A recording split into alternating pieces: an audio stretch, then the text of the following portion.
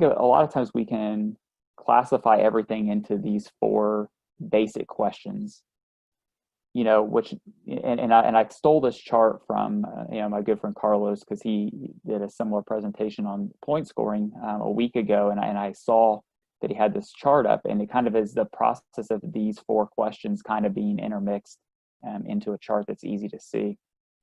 So the first question is who's the attacking wrestler? I think that's always got to be the important part, is who's taking the risk and who's making the action.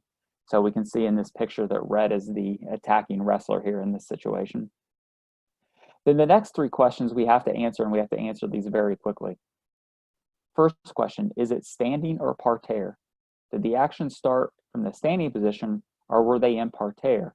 And primarily we have to look at where was the defensive wrestler at in this when the action started. Because it doesn't matter where the attacking wrestler is at, it's only important as to where the defensive wrestler is at. Are they standing or are they parterre when this action started? The next question is did the action go to danger or not?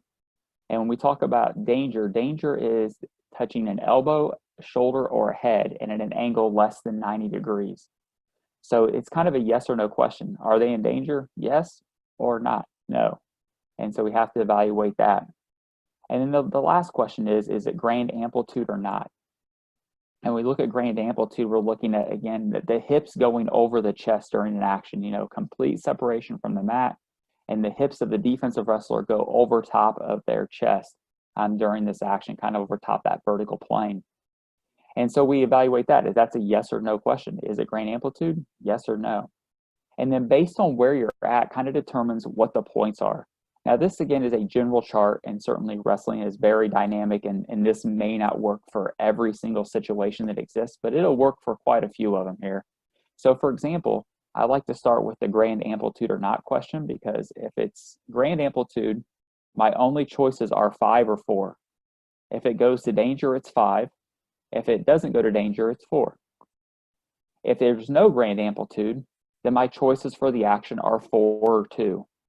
So if it goes to danger, then it would be 4. So no grand amplitude and goes to danger, this is going to be 4. If it's no grand amplitude and doesn't go to danger, it's going to be 2. And this also factors in the standing part. You know, a lot of times when we're talking about grand amplitude, we're making that assumption that they're in the standing position, because they have to be separated up off the mat for this to happen. So they would have to be in the standing position for this to occur. And the next part is the standing or parterre. If the action is in standing position and goes to danger, it's 4, no danger, 2.